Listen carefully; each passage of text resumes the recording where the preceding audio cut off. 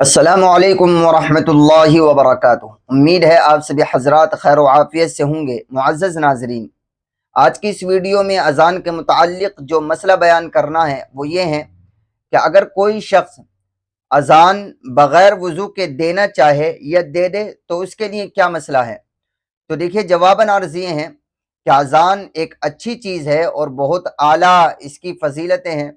تو پہلی بات تو یہ کوشش کرنی چاہیے کہ اذان ہمیں باوضو دینی چاہیے، یعنی بغیر وضو کے ہم اذان نہ دیں، ہم یہ کوشش کریں۔ لیکن اگر کسی مجبوری میں یا کسی وقت میں بغیر وضو کے کوئی اذان دے دے یا دینی پڑ جائے، بعض مرتبہ ایسا ہو جاتا ہے کہ ٹائم نکل رہا ہے یا ٹائم ہو گیا اور اب جیسے فجر میں ہوتا ہے تو اتنے وضو کریں گے یا دوسری حاجات سے جو ہے فارغ ہوں گے تو اور زیادہ ٹائم ہو جائے گا، تو ایسے موقع پر بغیر وضو کے بھی اذان دینی پڑ جاتی ہے اور بھی حالات بن سکتے ہیں۔ تو اگر ایسے موقع پر بغیر وضو کے اذان دینی پڑ جائے یا آدمی جان بوجھ کر بھی اذان بغیر وضو کے دے دے تو اذان ہو جائے گی، کوئی اس میں برائی نہیں ہے۔ بس یہ ہے کہ وضو کے ساتھ اذان دینا یہ اچھا کام ہے، مستحب علماء نے اس کو لکھا ہے۔